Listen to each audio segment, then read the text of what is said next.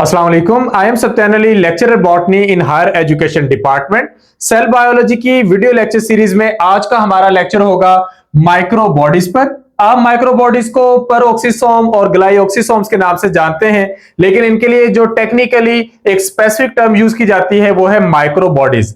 Cell के अंदर बहुत सारी माइक्रो बॉडीज होती हैं, जिनमें से मोस्ट फेमिलियर जो है वो यही परऑक्सीसोम्स और ग्लाइऑक्सीसोम्स हैं। ये इस लेक्चर में एक तो हम डिटेल में इनके स्ट्रक्चर को डिस्कस करेंगे, फिर इनके फंक्शंस को डिस्कस करेंगे, इनके अंदर जो मेटाबॉलिक पाथवेज हैं उनकी पूरी डिटेल देखेंगे। तो उसके लिए आपको ये पूरा लेक्चर एंड तक देखना होगा। ये वीडियो लेक्चर सीरीज उन तमाम कैंडिडेट्स के लिए बहुत फायदेमंद है जो कॉलेज लेवल पर लेक्चरर के एग्जाम की तैयारी कर रहे हैं, या स्कूल एजुकेशन डिपार्टमेंट में टीचिंग जॉब्स की तैयारी कर रहे हैं, या अगर आप किसी भी यूनिवर्सिटी का एंट्रेंस टेस्ट की तैयारी कर रहे हैं तो उसके लिए भी ये लेक्चर बहुत बेहतरीन और फायदेमंद साबित होगा। साथ साथ मैं पॉइंट आउट करता जाऊंगा वो मोस्ट इंपॉर्टेंट एमसीक्यूज जो पेपर में बार बार रिपीट होते हैं। तो इस तरह एक ही वीडियो लेक्चर आप लोगों के लिए इंशाल्लाह डिटेल साबित होगा।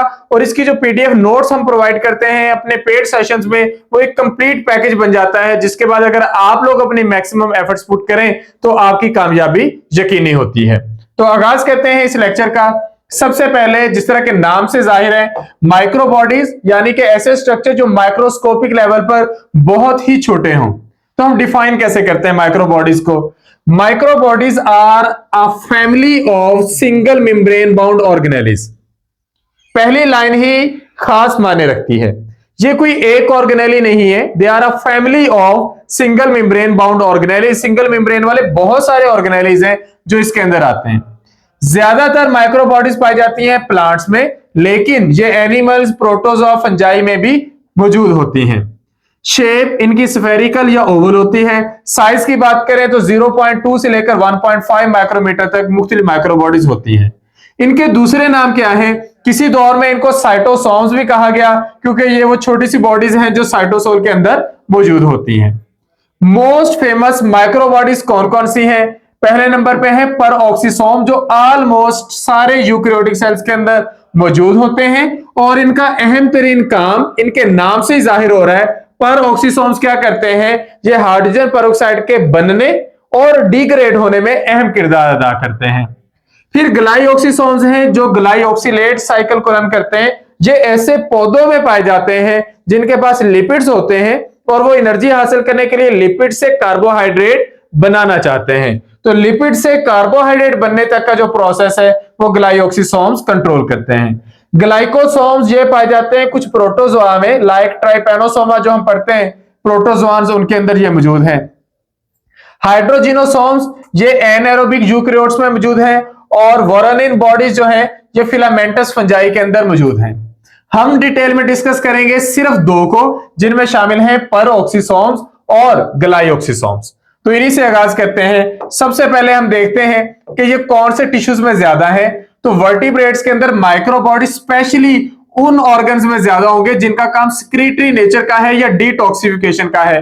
तो ये लीवर में और किडनी जैसे ऑर्गन्स में मौजूद हैं, क्योंकि दोनों ऑर्गन डिटॉक्सिफिकेशन करते हैं। हिस्टोरिकल डिस्कवरी की बात करें तो J Rhodin, he was the first scientist who in 1954 first discovered and named them micro bodies.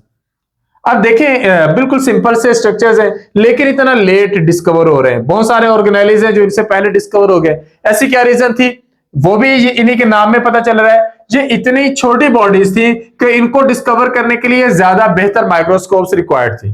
तो ज्यादा अच्छी इलेक्ट्रॉन माइक्रोस्कोपी जब आई तो माइक्रो बॉडीज डिस्कवर होती गई।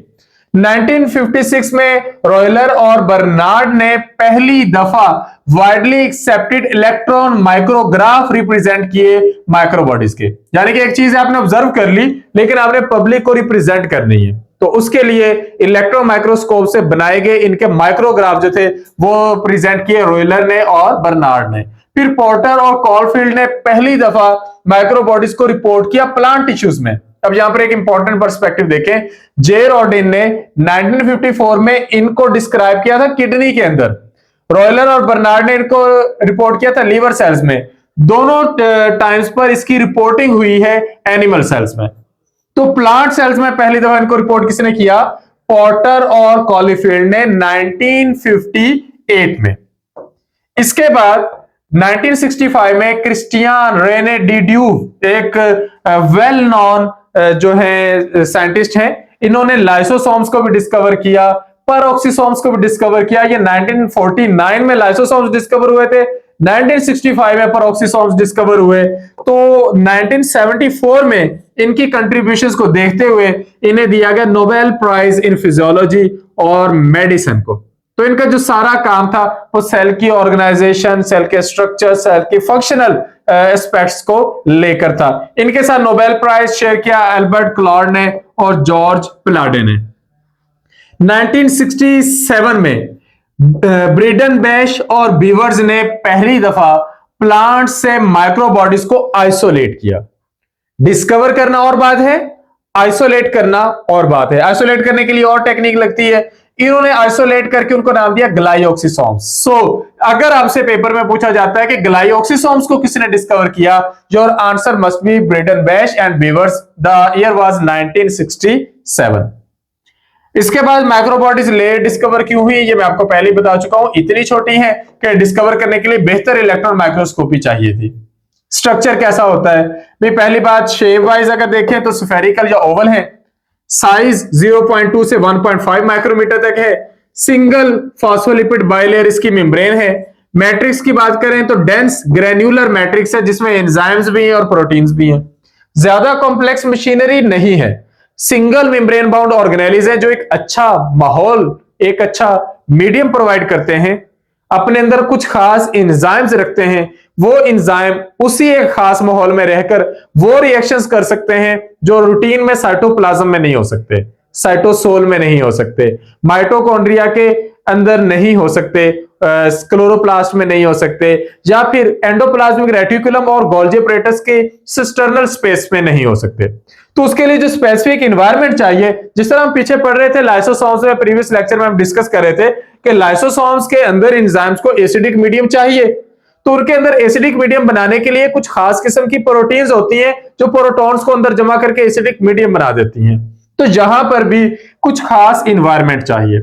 तो इसलिए ये इनका मैट्रिक्स अगर हम बात करें तो डेंस ग्रैन्युलर मैट्रिक्स है जिसमें एंजाइम्स भी हैं और प्रोटीन्स भी हैं। डीएनए नहीं है इनके पास, तो ये सेल्फ रेप्लिकेटिंग नहीं है। राइबोसोम्स एब्सेंट हैं, तो सारी प्रोटीन जो इनके पास है वो इनकी अपनी नहीं है, कोई इनको बनाकर दे रहा है। तो वो कौन बनाकर दे रहा है, उसके पीछे साइटोसोल इन्वॉल्व है। और डेफिनेटली हमारा जो एंडोमेम्ब्रेन सिस्टम है, एंडोप्लाज्मिक रेटिकुलम, गोल्जी apparatus और जो नेक्स्ट लाइसोसोम्स वाला प्रोसेस है वो ही इसकी कंटिन्यूटी बन जाते हैं। इसके बाद क्रिस्टलाइन कोर्स की बात करते हैं। कुछ स्पीशीज के अंदर और कुछ सेल टाइप्स के अंदर जो मैट्रिक्स है इसमें स्ट्राइकिंग प्रोटीनेशियस क्रिस्टल्स जमा हो जाते हैं। फॉर एग्जांपल रैट के लीवर में मौजूद जो परऑक्सीसोम्स हैं उनके पास यूरेट ऑक्सीडेज के क्रिस्टलाइन कोर बनते हैं। अब इसकी खूबी क्या है, इसकी खूबी ये है कि जो रैट है ये इसकी पानी की कंजप्शन हमसे बहुत डिफरेंट है, तो इसके अंदर यूरिक एसिड जमा नहीं होता। यूरेट ऑक्सीडेज क्या करेगा, वो यूरिक एसिड को कन्वर्ट कर देगा एलेंटोइन में, और उसका फायदा ये होता है कि इनके अंदर यूरिक एसिड जमा नहीं होता। हमारे पास ये एंजाइम नहीं है। जब हमारे पास ये एंजाइम नहीं है तो हमारे पास यूरिक एसिड एलेंटोइन में कन्वर्ट नहीं होता। That is the reason humans को यूरिक एसिड के जमा होने से बीमारियां होती हैं। ऐसी ही एक बीमारी को हम गाउट कहते हैं, जिसे हम उर्दू में गैंठिया की बीमारी भी कहते हैं। विजिबिलिटी की बात करें माइक्रोस्कोप के, तो आम माइक्रोस्कोप के नीचे तो दिखाई नहीं देते, तो इलेक्ट्रॉन माइक्रोस्कोप के नीचे दिखाई देते हैं। और अगर आपके इसके एंजाइम्स को स्टडी करना चाहते हैं तो आपको एडवांस लेवल की स्टेनिंग चाहिए। तो catalyst can be stained black making the organelles prominently visible. फिर फ्लोरेसेंस माइक्रोस्कोपी एक टेक्निक है जिसके जरिए हम एंटीबॉडीज को antibodies which are against microbody proteins उनको हम स्टडी कर सकते हैं। तो ये इनकी खूबी है। माइटोकॉन्ड्रिया और क्लोरोप्लास्ट से खासे डिफरेंट है क्योंकि माइक्रोबॉडीज के पास कोई भी इंटरनल फोल्डेड मेम्ब्रेन्स नहीं है, ना क्रिस्टी है ना थाइलाकॉइड्स है। अब हम एक एक करके सारी माइक्रोबॉडीज को देखते हैं। स्पेसिफिकली दो को हमने फोकस करना है, परऑक्सीसोम्स और ग्लाइऑक्सीसोम्स। परऑक्सीसोम्स क्या हैं, इनसे रेलेवेंट क्वेश्चन पेपर में आता है। तो परऑक्सीसोम जो है ये मोस्ट कॉमन और wide spread type of microbody है। किसमें है, सारे यूकैरियोटिक सेल्स में है। इनका काम क्या है, हाइड्रोजन परऑक्साइड का बनना और टूटना दोनों इनके कंट्रोल में है। तो इनके पास ऑक्सीडेज एंजाइम्स हैं जो क्या कहते हैं कि सेल में किसी भी खतरनाक केमिकल को, जिन्हें हम रिएक्टिव ऑक्सीजन स्पीशीज कहते हैं, उनको जमा नहीं होने देते और उनसे बना देते हैं हाइड्रोजन पेरोक्साइड। हाइड्रोजन पेरोक्साइड का बनना एक खूबी है कि सेल के अंदर कोई भी रिएक्टिव ऑक्सीजन स्पीशीज जमा नहीं हुई, तो ये ऑक्सीजन की मौजूदगी में ये रिएक्शन होता है।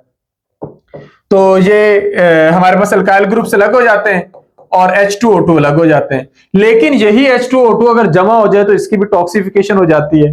फिर इसको भी कैटालाइज करना, उसके लिए कैटालेज एंजाइम्स है जो इनको जरूरत पड़ने पर डिग्रेड कर सकते हैं और उससे बना देते हैं वाटर एंड ऑक्सीजन। तो दो इंपॉर्टेंट एंजाइम्स है जो इनके अंदर मौजूद है। ये एंजाइम्स की बजाय प्रॉपरली एंजाइम सिस्टम्स हैं। तो इनके कोर रिएक्शंस को हम देखते हैं। यहां पर आप देखेंगे कि ये कोई रिएक्टिव ऑक्सीजन स्पीशीज है या सबस्ट्रेट है, तो ऑक्सीजन की मौजूदगी में ऑक्सीडेज एंजाइम इनसे बनवा देता है ऑक्सीडाइज्ड सबस्ट्रेट और साथ बन जाता है हाइड्रोजन पेरोक्साइड। ये हाइड्रोजन पेरोक्साइड अगर ज्यादा जमा हो रहा है तो हाइड्रोजन पेरोक्साइड्स का आपसी रिएक्शन पानी के मॉलिक्यूल बना देता है और साथ ऑक्सीजन गैस रिलीज हो जाती है। तो ये कुछ इस तरीके से रिएक्शन बनेगा। ये आपके पास पहला रिएक्शन है और यहां से ऑनवर्ड आपके पास दूसरा रिएक्शन है। एक रिएक्शन में hydrogen peroxide as a product है और दूसरे में ये एज ए सबस्ट्रेट है, और प्रोडक्ट क्या है? पानी के मॉलिक्यूल और ऑक्सीजन गैस। तो इस तरह ये सेल का इंटरनल एनवायरनमेंट मेंटेन करके रखते हैं। मेजर फंक्शंस क्या है पेरोक्सिसोम्स के? एक इनका फंक्शन है फैटी एसिड ऑक्सीडेशन। अगर कोई लिविंग सेल फैटी एसिड से एनर्जी लेना चाहता है तो उसमें पेरोक्सिसोम इंपॉर्टेंट रोल प्ले करते हैं। तो ये क्या करते हैं? फैटी एसिड यानी कि long chain fatty acid molecule, ये उससे बनवा देते हैं एसिटाइल को एंजाइम है। तो अगर पेरोक्सिसोम के अंदर फैटी एसिड ऑक्सीडाइज होकर एसिटाइल कोएंजाइम ए बनाएंगे तो यही एसिटाइल कोएंजाइम ए माइटोकॉन्ड्रिया में चला जाएगा और क्रेब्स साइकिल का हिस्सा बनेगा और बेतहाशा एनर्जी बनाएगा। तो ये इनका इंपॉर्टेंट फंक्शन हो गया। दूसरा, ये डिटॉक्सिफिकेशन करते हैं कि हाइड्रोजन पेरोक्साइड को, अल्कोहल को, फिनोल को, फॉर्मिक एसिड को गैर जरूरी तौर पर जमा नहीं होने देते। लिपिड मेटाबॉलिज्म की बात करें तो बाइल एसिड की सिंथेसिस में ये रोल प्ले करते हैं। प्लाज्मेलोजेन जो कि ईथर फॉस्फोलिपिड होता है उसके बनने में इंपॉर्टेंट रोल प्ले करते हैं और कोलेस्ट्रॉल के मेटाबॉलिज्म को भी कंट्रोल करते हैं। ये सारे प्रोसेसेस लीवर में होते हैं। इसका मतलब ये हुआ कि peroxisomes are those actual organelles which are performing detoxification process of the liver sales.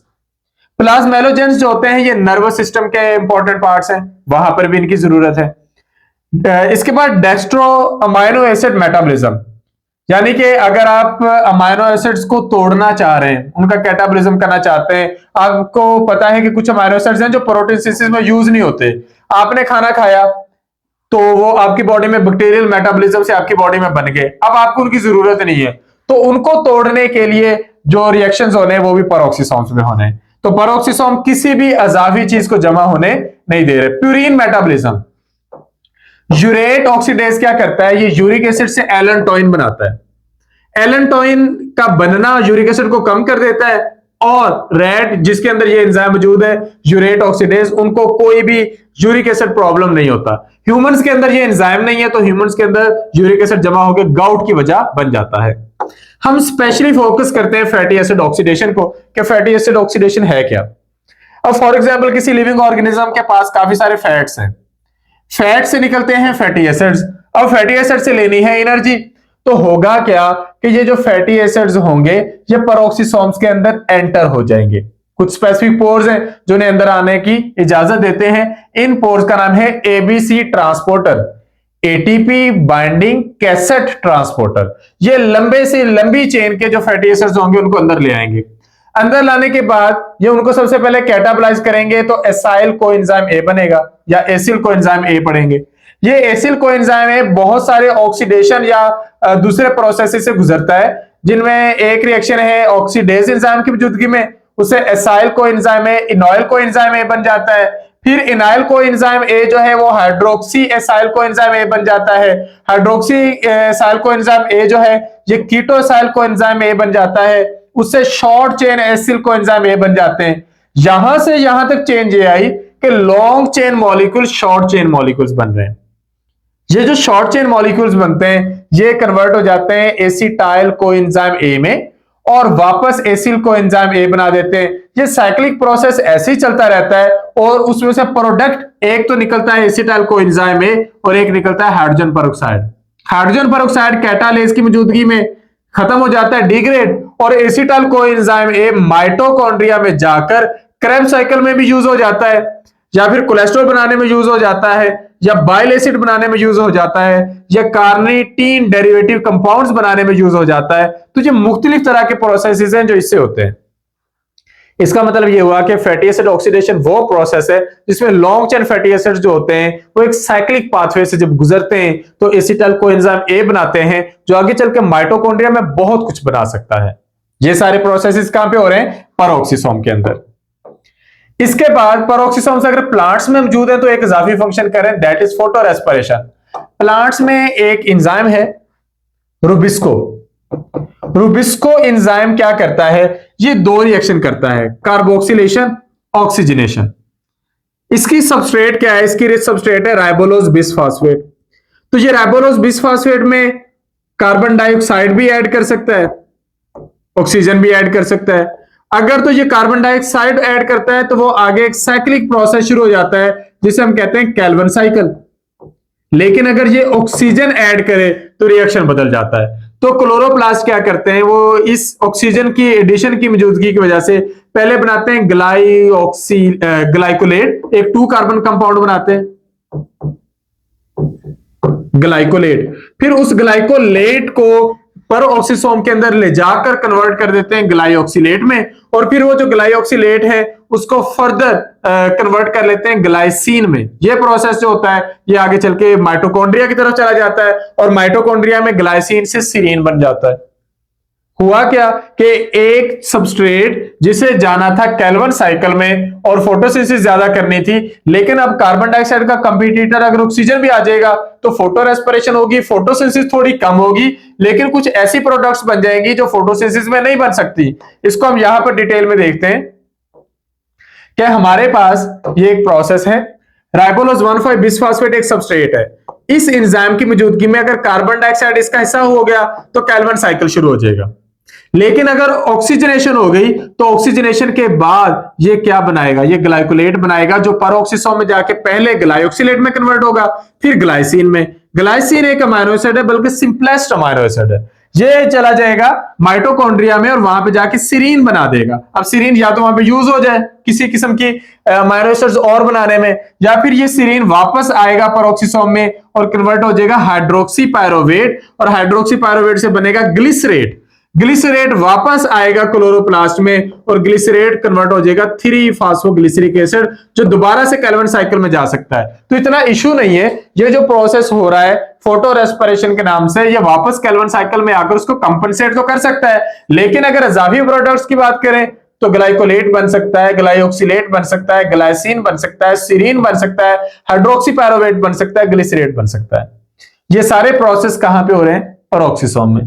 तो पेरोक्सिसोम हाइड्रोजन पेरोक्साइड की बनने और टूटने को कंट्रोल कर सकता है, फैटी एसिड्स की बीटा ऑक्सीडेशन कर सकता है, और उसके साथ फोटो रेस्पिरेशन जैसा इंपॉर्टेंट प्रोसेस भी यहां पर हो सकता है। इसके बाद है ग्लाइऑक्सिसोम्स। ये प्लांट्स में स्पेशली पाए जाते हैं और इनका काम है ग्लाइऑक्सिलेट साइकिल को रन करना। अब ग्लाइऑक्सिलेट साइकिल क्या है? ऐसे पौधे जिनके बीजों में लिपिड्स स्टोर होते हैं और बीज से भी पौधा बना नहीं, तो इस वजह से फोटोसिंथेसिस शुरू नहीं हुई। अब कार्बोहाइड्रेट कहां से लाए एनर्जी के लिए? तो अपने लिपिड्स को कन्वर्ट करेंगे कार्बोहाइड्रेट्स में। वो जो लिपिड से कार्बोहाइड्रेट्स का कन्वर्जन का प्रोसेस है वो ग्लाइऑक्सिलेट साइकिल कहलाता है। अब उसका पाथवे क्या होता है कि लिपिड पड़े, उनसे बनेंगे फैटी एसिड, फैटी एसिड से बनेगा एसिटाइल कोएंजाइम है, वो ग्लाइऑक्सिलेट साइकिल से सक्सिनेट बनवा देगा, सक्सिनेट आगे चल के सुक्रोज बना देगा जिससे पौधा अपनी एनर्जी की डिमांड पूरी कर लेगा। अब इसको स्टेप बाय स्टेप अगर हम देखें तो हमारे पास सबसे पहले फैटी एसिड्स के ब्रेकडाउन से ग्लाइऑक्सिसोम के अंदर ग्लाइऑक्सिलेट साइकिल चलता है, जिसमें फैटी एसिड के ब्रेकडाउन से एसिटाइल कोएंजाइम ए बनता है। ये 2 कार्बन कंपाउंड पहले से मौजूद ऑक्सैलो एसीटेट के साथ मिलकर सिट्रेट बनाता है। इतना सा प्रोसेस तो दिखने में हमें कैल्विन साइकिल जैसा ही लग रहा है। ये सिट्रेट आगे चल के आइसोसिट्रेट बनाता है, बल्कि सॉरी ये है क्रेब्स साइकिल जैसा लग रहा है। ऑक्सैलो एसीटेट सिट्रेट बना रहा है, सिट्रेट आइसोसिट्रेट बना रहा है। आगे एसोसिएटेट ने बनाना था अल्फा कीटो ग्लूटारेट, अगर ये क्रेब्स साइकिल होता है। लेकिन क्या होता है कि इससे 4 कार्बन सक्सीनेट अलग होता है और ग्लाइऑक्सिलेट अलग हो जाता है। अब ये चेंज क्यों आई है? वजह यह है कि जो एंजाइम्स पड़े ना माइटोकॉन्ड्रिया में क्रेब्स साइकिल करवाने के लिए वो और हैं, ये ग्लाइऑक्सिलेट है तो ग्लाइऑक्सिसोम है, ग्लाइऑक्सिसोम के एंजाइम ही अलग हैं, तो उनको अगर एसोसिएटेट देंगे वो अल्फा कीटो ग्लूटारेट नहीं बनाएंगे। अल्फा कीटो ग्लूटारेट बनाने के लिए जो एंजाइम रिक्वायर्ड थे वो इनके पास नहीं है, तो ये क्या करेंगे, ये सक्सीनेट बनाएंगे 4 कार्बन कंपाउंड। ये 4 कार्बन कंपाउंड जाएगा माइटोकॉन्ड्रिया के अंदर और ये सक्सीनेट आगे चल के वहां पे पूरे क्रेब्स साइकिल में रन होना शुरू हो जाएगा। वो ऑक्सैलोएसिटेट साइटोसोल में जाके फास्फोइनोल पायरुवेट और उससे ग्लूकोज बना सकता है। तो ये सारे प्रोसेस इंटर रिलेटेड है। तो हुआ क्या है कि फैटी एसिड से आपने निकाल लिया एक carbohydrate, this process is known as glyoxylate cycle. तो हम स्पेसिफिकली इसको फोकस कर रहे हैं, ये वाला प्रोसेस हो रहा है ग्लाइऑक्सिसोम्स के अंदर। डेवलपमेंटल रेगुलेशन की बात करें तो डेफिनेटली एक अंडरस्टूड सी चीज है कि ये चीजें पौधों की बेसिक डिमांड को पूरा कर रही हैं। ओरिजिन देखें माइक्रोबॉडीज का, तो ये रेप्लिकेट तो नहीं होते, तो ये कहां से बन के आ रहे हैं? ये बन के आ रहे हैं प्रॉपर एक प्रोसेस है कि इनकी सारी प्रोटीन्स न्यूक्लियस की मदद से और राइबोसोम्स की मदद से बन के आ रही हैं।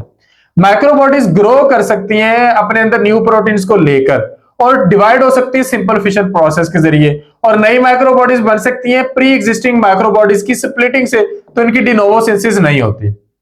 क्लिनिकल सिग्निफिकेंस की बात करें तो इनके ना होने से बड़े प्रॉब्लम्स हैं, लाइक पैरोक्सिसोम बायोजेनेसिस डिसऑर्डर की बात करें तो अगर पेक्स जीन्स के अंदर किसी किस्म की म्यूटेशन होती है तो उससे डिजीज होगी जिसे ज़ेल्वेगर स्पेक्टर डिसऑर्डर कहेंगे। बहुत सारी चीजों का टूटना रुक जाएगा, बहुत सारी चीजों की डिग्रेडेशन डिटॉक्सिफिकेशन रुक जाएगी। सिंगल एंजाइम डेफिशिएंसी होगी कि पैरोक्सिसोम के अंदर अगर हम कहते हैं 50 तरह के एंजाइम होने चाहिए और 49 तरह के हैं तो एक बीमारी तो हो जाएगी। किसी एक एंजाइम का ना होना किसी एक प्रोसेस को रोक देगा और उससे वो बीमारी हो जाएगी। तो X linked adrenoleukodystrophy refusion disease जो है अडल्ट फॉर्म में जो आती है वो इन्हीं की मदद से आती है। तो ओवरऑल समरी की बात करें तो इनको पहली दफा ऑब्जर्व करने वाला साइंटिस्ट रूडन है, इनको बायोकेमिकली कैरेक्टराइज करने वाला person Christian Renee D due है। इनका स्ट्रक्चर बहुत छोटा है, सिंगल मेम्ब्रेनस है, ज्यादा इनके पास वैरायटी में आप कह लें कि बॉडीज नहीं है, डीएनए नहीं है, आरएनए ये खुद नहीं बनाते, इनके पास राइबोसोम्स नहीं है, ये इनकी डिनोवो सिंथेसिस नहीं होती, ये फिशन से बनते हैं, ये अपने पहले से मौजूद पैरोक्सिसोम्स और ग्लाइऑक्सिसोम्स से बनते हैं और बहुत डाइवर्स इनके फंक्शंस है। इतनी वैरायटी के फंक्शंस काफी हैं आप लोगों के लिए, एमसीक्यूज के पर्सपेक्टिव से भी, पेपर के पॉइंट ऑफ व्यू से भी बहुत सारे इंपॉर्टेंट एमसीक्यूज इनसे बन सकते हैं। हम अपने पेड सेशंस में इनके detailed notes, most repeated MCQs, test और टेस्ट डिस्कशन, ये चीजें जब प्रोवाइड करते हैं तो तैयारी का जो प्रोसेस होता है वो 70% से निकल के 100% पे आ जाता है, यानी कि मेरिट पर 70% और 100% का जो डिफरेंस होता है वो यहीं से क्रिएट होता है। उम्मीद है इससे आपको काफी हेल्प मिली होगी। फीडबैक अपना लाजमी दीजिएगा और अगर आपका कोई क्वेश्चन हो तो कमेंट सेक्शन में लाजमी पूछिएगा। Thank you, Allah Hafiz.